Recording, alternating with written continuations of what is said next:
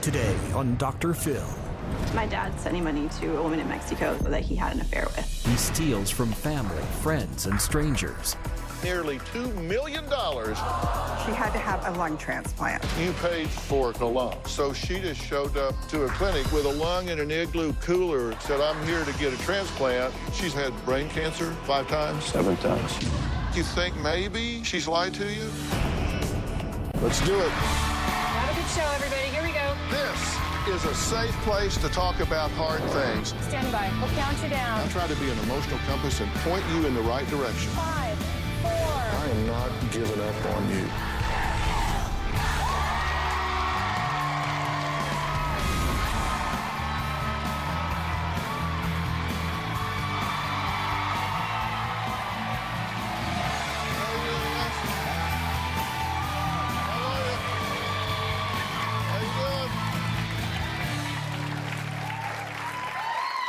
Well, death threats from Mexican businessmen, black market organs for sale, tens of thousands of dollars in extortion money paid, and more than 100 trips back and forth to Mexico.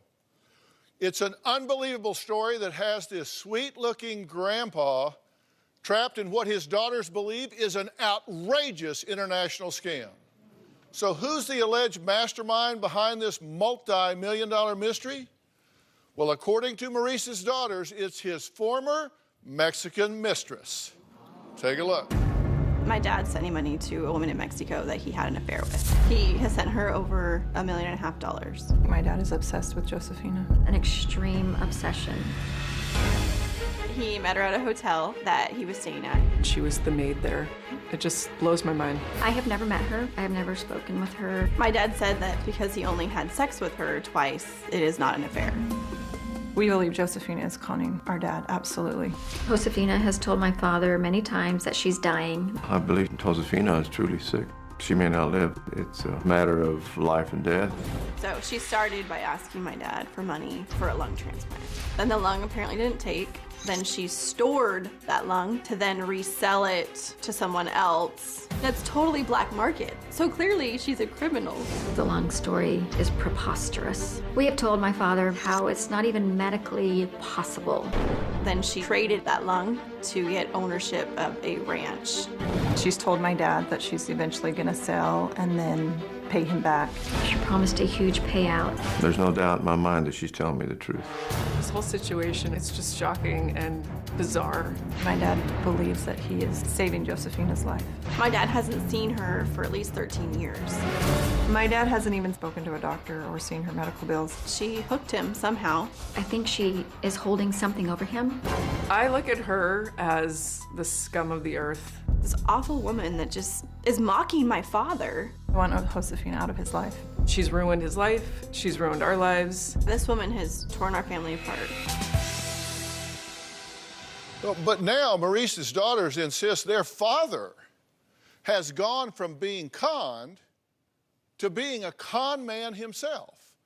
They say he's lying, stealing, and taking money from innocent people to give to this former lover.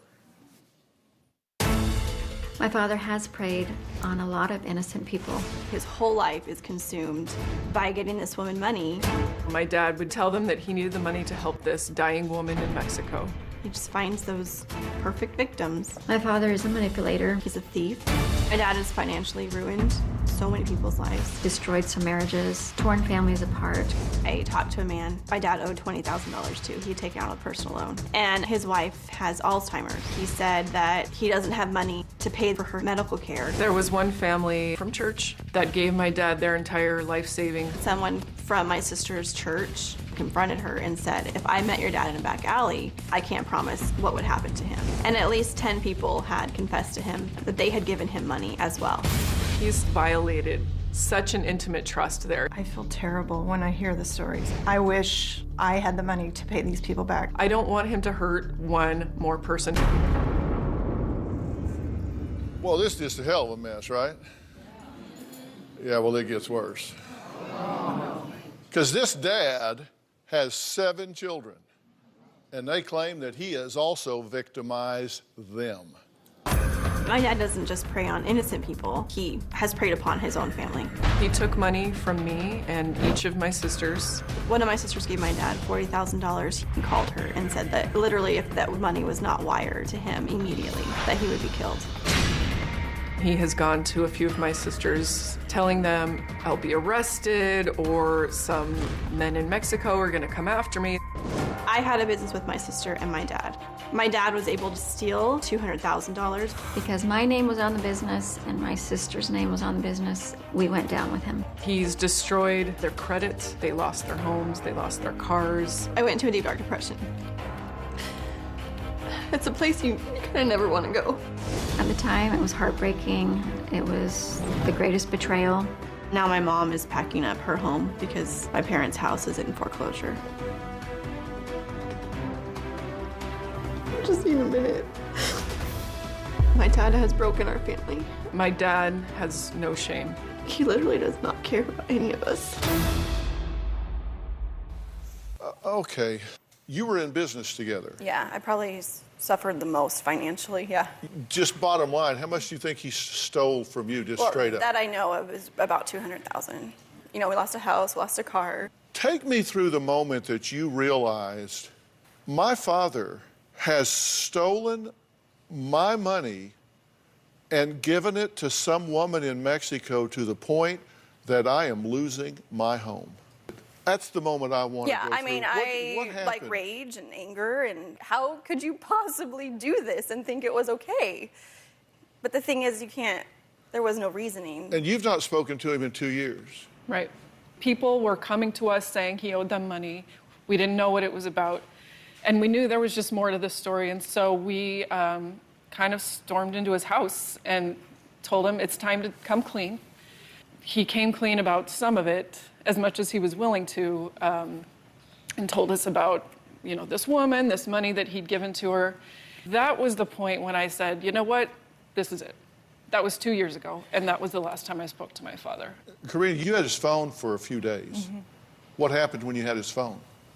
All day long, there's phone calls, text messages, asking where's my money, where's my money. Which one of you got the death threat against your father for $40,000? She's not here. She's not here. And he actually called her and told her that she didn't personally get the death threat, but he called her and told her. Then he'll have this fear in his eyes. Yeah, like, and you just... if I don't get this money, something bad is going to happen to me, you know, and you don't want to fall for it, but you don't want your dad to be killed. Right. I mean, he pulls out all the stops. By the way, he's married to your mother. Right. And she's now losing her house. Right. Because he's giving money to this woman. Right. Next 19 years of secrets, 2 Mexican mistresses, and nearly $2 million just handed away. Why did Maurice's wife continue to turn a blind eye to her husband's secret life south of the border? Well, I'm going to ask her. She's here. We're going to add her to the conversation after the break.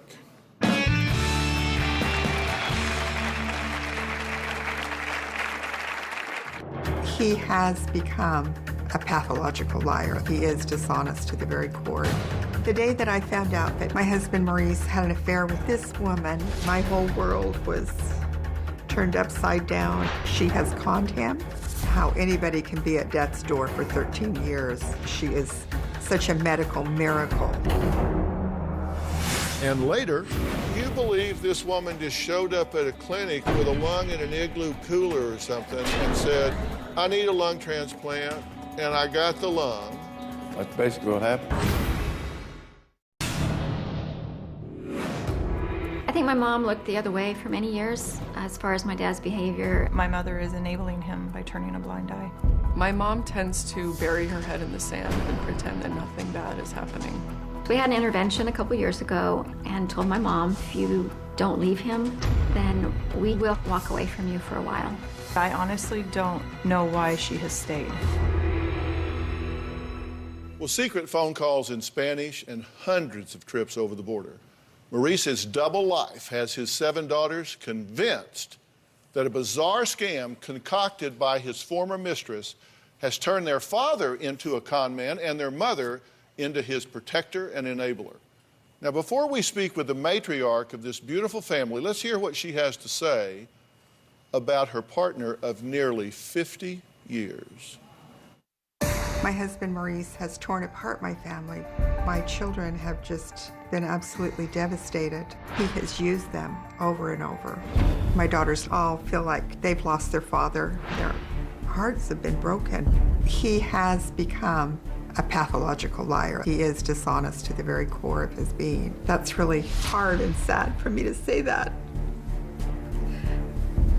My utilities have been turned off. My internet gets turned off.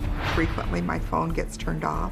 The day that I found out that he had an affair with this woman, my whole world was turned upside down and inside out. I felt worthless. I felt like a failure. This is someone I trusted with my entire life.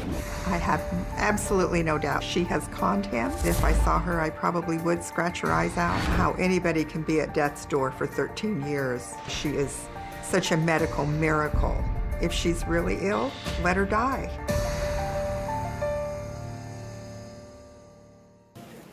I'm glad to meet you, and I'm really sorry for the circumstance. I'm just so sorry. I hate it for you. This has been going on for 19 years, right? You now know. Apparently, Well, yeah. you did know that then, of course, but you know it now. Yeah. How do you feel about this? Devastated, angry at myself, angry at my husband, at this woman. Along the way, he also had another woman, right? Yes. And that's when you found out that he has a daughter. Yes. Y'all have a half-sister Yes. in Mexico. Did you know about that at all? Were you? Not until 2 years ago. You had to be shocked. Oh, yes, I was. What did you say to him when you found out he was shipping money off to this woman? Let's go back to the other woman, the one that's got the revolving lungs. And what did he tell you about it? She had to have a lung transplant. Okay, so she got a lung. Yes. And where'd she get the lung? And he paid for it. I'm assuming... He bought her a lung. On the black market, I'm assuming. It didn't take. So they took it out and they put in another lung. Okay. But they kept the first one. Where did they keep it? In some kind of machine. In Mexico, they have the ability to keep organs alive. That's what we're told. And so then that lung was put into another woman, and her husband paid for it with a ranch. So it's like a swap meet. Yes. So we'll give you a ranch for this lung. Yeah. But it worked for the second woman. Yes. Wow. Yeah. Okay, but now, so she has the ranch, so they need to sell the ranch to pay for the lung. Right. You know what's wrong with you people? Seriously, you know what's wrong with you people? What? Absolutely nothing. There's absolutely nothing wrong with you people. That's the problem. Right. You, all five of you, are normal, healthy, loving, caring, adjusted people. Your mind can't go to the places that sick, demented people's mind go, so it's hard to see that coming. Because your mother, you've been put out of your house because of this. You're now going to be put out of your house, right? Yes. Yeah. And what are you going to do? Well, I'm going to have to go find a job in a small apartment and go on with life. And kind of start over making your own Yes. way. Let's take a break. Next, trading a lung for a ranch, selling organs on the black market, and being held hostage in a south-of-the-border hospital. Maurice insists that his former mistress, Josefina, is on death's door. Apparently for a long time she's been on death's door. He says he needed all of the money he took from friends, family, and even a stranger at a gas station in order to save her life. Boy, do I have some questions for dear old Dad. Well, he's here, and we're going to meet him next. We'll add him to the conversation right after the break.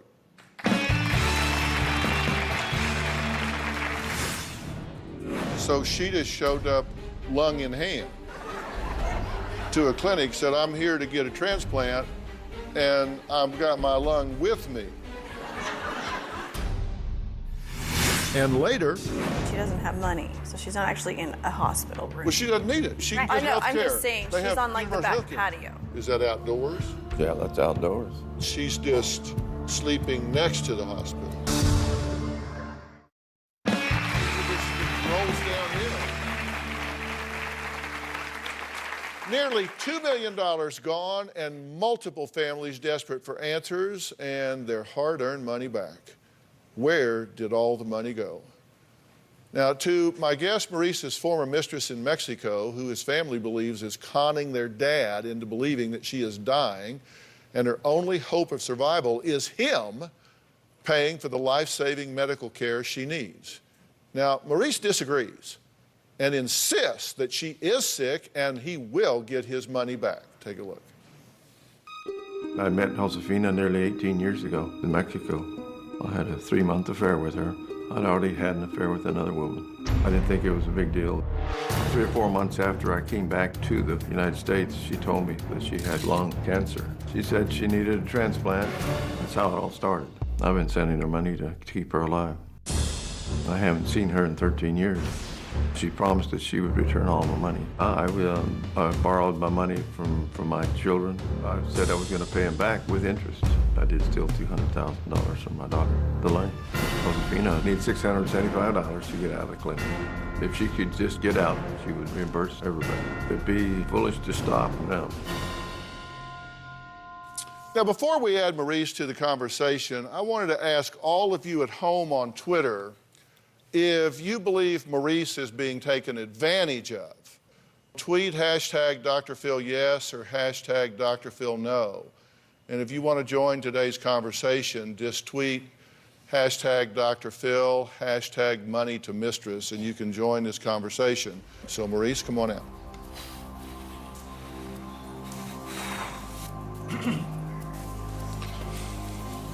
Maurice, Dr. Phil. Nice to meet you. Good to meet you, sir. Have a seat if you would. Thank you. Maurice, I'll just jump right into it. I've been here talking with 4 of your beautiful daughters and your wife, Linda. They feel lied to, they feel betrayed, that you have stolen money from them to the point that she's lost her home, she's losing her home. Do you deny that, or is that true? I think that happened. I want to see if I understand the timeline of this right. So in 1996, Maurice and Josefina meet, and you begin a 3-month affair in Mexico. And in 2000, Josefina calls Maurice and says she has lung cancer and needs a transplant. Why call you 4 years later and say, I need a lung transplant? Well, because she didn't have anybody to go to. Where'd you get the lung? She went down to Veracruz to receive that lung, and on the black market? Yes. So you paid for acquiring the lung. So she just showed up lung in hand to a clinic, said, I'm here to get a transplant, and I've got my lung with me. Yeah, that's basically what happened.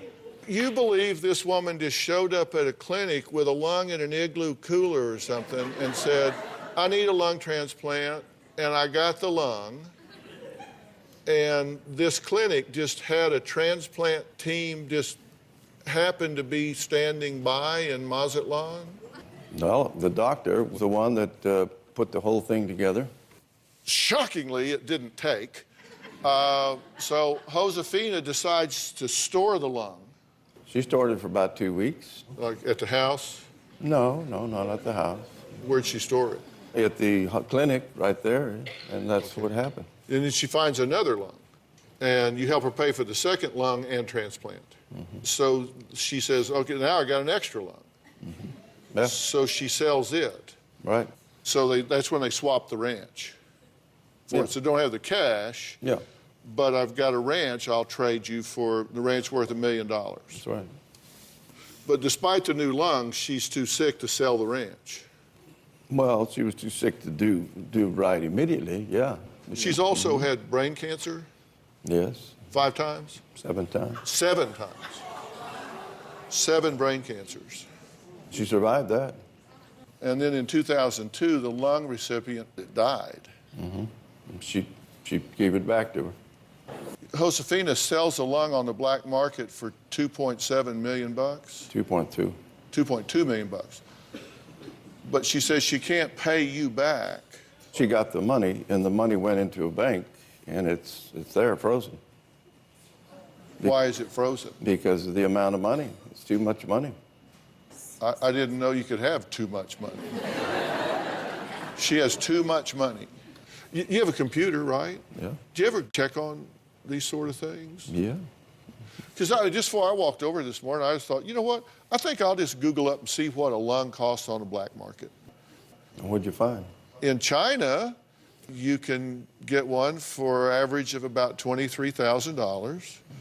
In Europe, it was even less. In Mexico, they didn't really have much of a selection.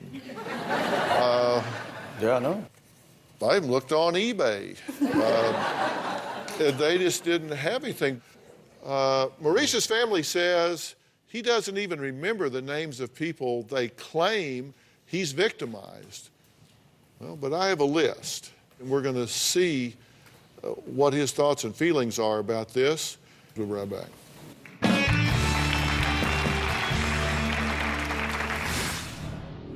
This wasn't the only relationship you had in Mexico, right? No. Do you have a second family? It was a miserable time in our family. It hurt. It wasn't fun to realize that. Embarrassed, mad, just disappointed. When we found out that my mom knew, it felt like an enormous betrayal. This wasn't the only relationship you had in Mexico, right? No.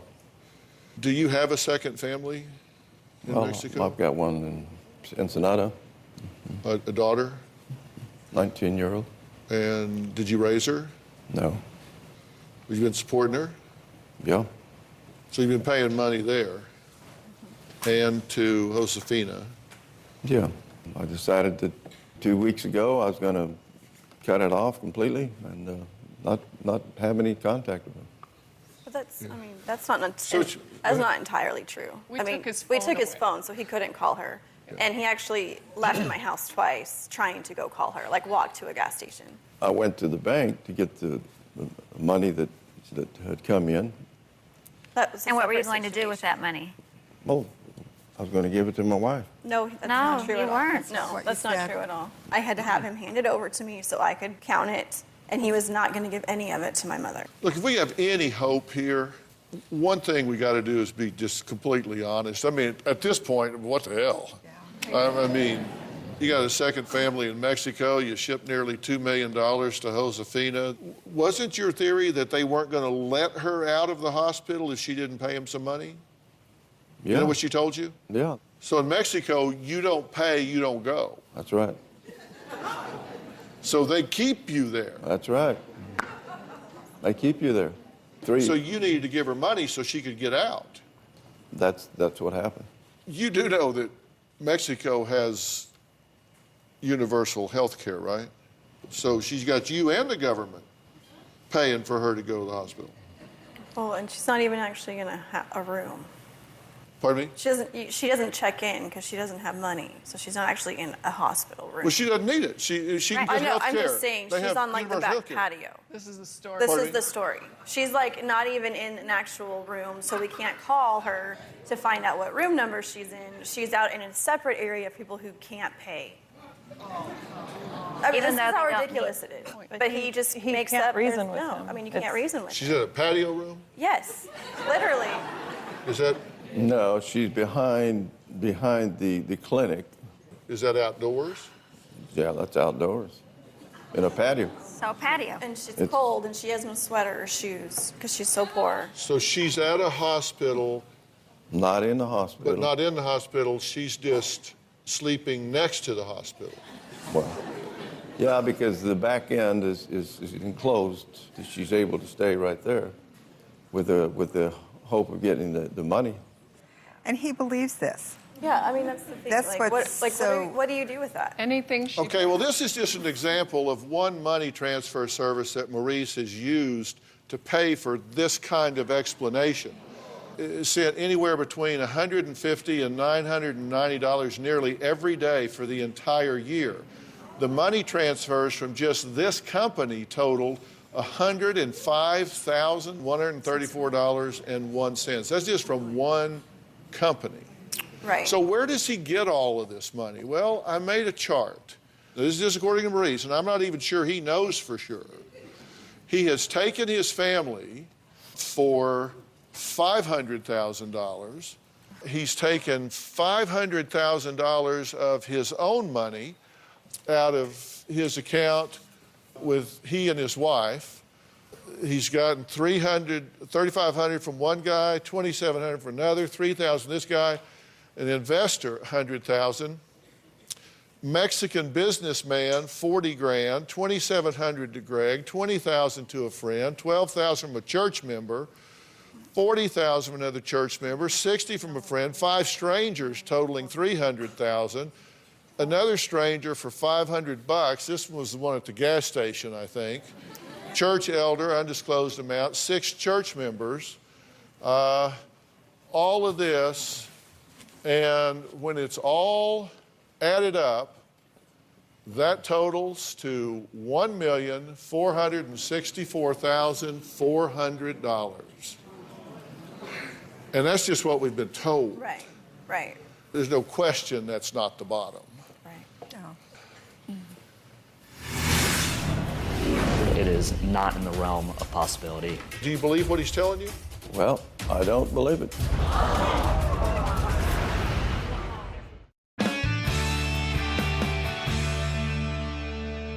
Joining us now is Dr. Pat Basu. He is the Chief Medical Officer of Doctor On Demand, which is the company that Jay and I have that you've heard us talk about. Now, Dr. Basu has served as a White House Fellow. Prior to that, he served as Course Director of Health, Policy, and Economics at Stanford University. You've been listening to everything. What do you think of Josefina's claims when it comes to all of this lung manipulation? I mean, is this even remotely possible? It's not possible at all. Step up here, because I want to be sure that he can hear you clearly and concisely. You just take my chair here. Sure. Just take my chair so you can speak directly to Maurice, if you would. Maurice, this is Dr. Pat Basu. Nice to meet you. So, is it possible what she's telling him is true? There is no way this story is possible. And I should maybe just clear something up, because there's this talk about the black market, which does exist. But even in that case, it is not just a box of old organs that's lying around. There is no sort of black market box where they just sit there. Whether it's legal or the black market, that transplant has to be done in this very small window, or the lung itself will perish. Okay, so what is the chance that she could go to Veracruz, get this lung, bring it back up to some clinic, some doctor does the transfer, it doesn't take, so she takes it out, puts another one in, saves this one for 3 weeks in a cooler or something at the clinic where they keep spare body parts, apparently, for 3 weeks, and then sell it again to or swap it for a ranch or whatever. What's the chance of that happening 3 weeks later? Yeah, Maurice, I just have to tell you, the chance of that is 0. There is no single aspect of that story is possible, let alone the entire chain of events. It is just entirely not possible in any universe. Do you believe what he's telling you? Well, I don't believe it. You don't believe which? I don't believe what he's saying. It happens down in Mexico, and it's... Yeah, you cannot revive the lung once it is dead. There is a window of 6 hours, and even in that window, by the time it's getting there, the lung is literally perishing. It cannot be revived. It cannot be reused in that capacity at all. Well, I don't know how that happens then. Well, it doesn't. It doesn't. Huh? It doesn't. It doesn't happen. It does. Yeah. I do know that the lung was 3 months in a container. Okay, and so you think because she said that the laws of physics, the laws of science, the laws of medicine are suspended because of what she said. It just becomes true for her, but not for anybody else. Well, I know that the lung was for 3 months until it was transferred. The lung was outside the body for 3 months and then put back in. It's in a container. They have some type of solution in Mexico. And they have, I know, doctor, Yeah. I know. Yeah. This doesn't even make you think maybe she's lied to you? No. Okay. All right, listen, that's very important for me to hear. That's very important for me to hear. It helps me, that informs me to help inform you. Okay, next, there is one key person missing from this conversation. That's Josefina herself. I'm going to ask Maurice to give her a call after the break. Let's see if she answers from the back porch of the hospital. We'll be right back.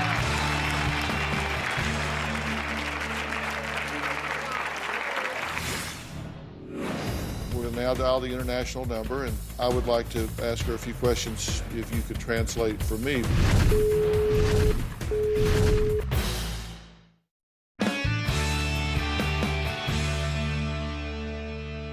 We've talked a lot about Josefina, Maurice's former mistress. So I think it's time to try and add her to the conversation. So we are going to call her cell phone. We're going to now dial the international number, and I would like to ask her a few questions too, if you could translate for me.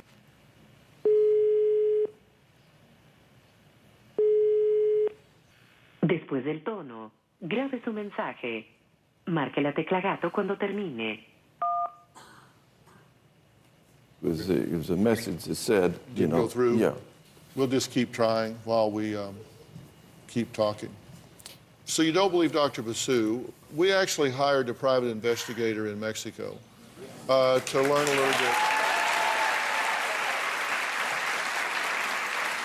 a little bit more about Josefina, because you say she's just all alone and nobody to call but you, and you say you're helping her because she has no family. Well, actually, the private investigator did find her, and they found that her parents are still very much alive, that she has multiple siblings, and in fact, the phone that she talks to you on is actually billed to her sister, and at the same address. I don't believe it. He was also able to find information about Josefina's ranch. There's no property in her name at all. No ranches even located in that area in anybody's name.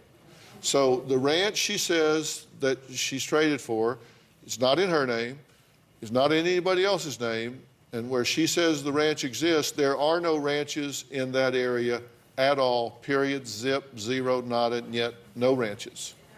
Well, I don't know where you're getting your information. Because yours is so reliable, right, Dad? I mean, you can get on an airplane, you can go down there and find out. We got the address. We walk you right up the front door and knock. You can go to this hospital, room 103. She is not there. She is not there. That was actually inside the hospital. It wasn't on the patio. It was inside the hospital. Ranch. No ranch. No, she was only doesn't in- exist. Lungs that live for more than 6 hours. Nowhere on the globe does that happen, ever, period. These are facts. These are not opinions. These are not matters of, I see it one way and you see it another, tomato, potato, potato. These are facts. How many doctors do I need to line up to tell you you can't keep a lung alive for more than 4 to 6 hours? I don't know, because, you know, that lung is alive for 3 months. Yeah. Okay, next, where do Maurice and his family go from here? Well, I'm going to tell all of these women what I think needs to happen after the break. Before we go on, earlier in the show, I asked my Twitter followers if they believe Maurice is being taken advantage of, and the results are in. 54% say yes, 46% say no. I'll tell you why I think it's 50-50, because they're focusing on him as being a perpetrator of all of you and all of these innocent people we had up here, as much as they are of him being a victim by her. I'm going to talk about you like you're not here for a minute, okay? Go ahead. And I mean, no disrespect, but I have to be candid about this. I've not evaluated your father, long-term or historically. All I can tell you is where I see him now. And, you know, I spent a lot of time doing this kind of thing back when I had a real job and was in private practice. Part of my training was in forensic psychology, where I was often worked as an officer of the court to make determinations of sanity, person's ability to conduct their own affairs, things of that nature. It's obvious that he has constructed a delusional system here. And when you try to crack the delusional system, the walls come up. And at that point, this person is not able to separate fantasy and reality. Okay? So those lines are blurred. I think you can go to any court in the land and get a conservatorship appointed. So he cannot get himself bankrupt, so he cannot get himself exploited further, so he cannot conduct business and take other people's money.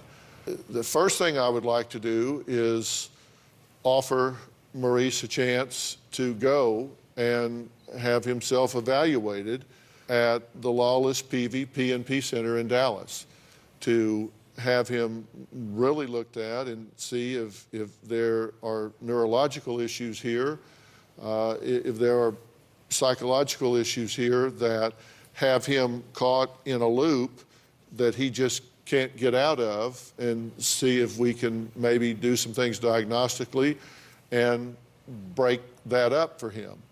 And also joining us is my really good friend, Miles Adcox. He is the owner and CEO of OnSite. And OnSite is the worldwide leader in intensive workshops and treatment for those that suffer from emotional trauma and mental health issues. Do you agree he's delusional here? Yes. Yeah. Would you take the help that I'm offering you to get some evaluation done and focus on yourself and get some professional help with this? Yeah.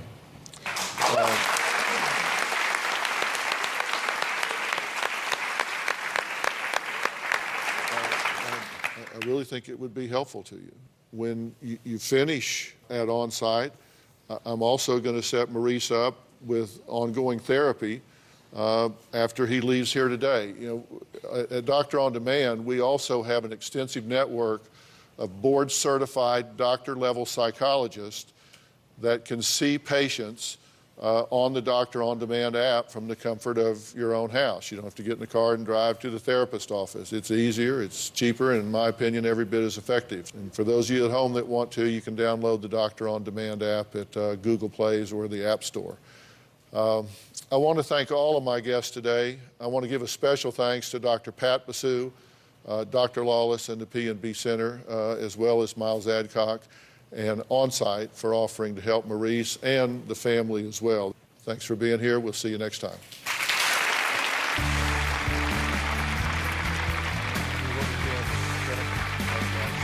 Maurice, thank you.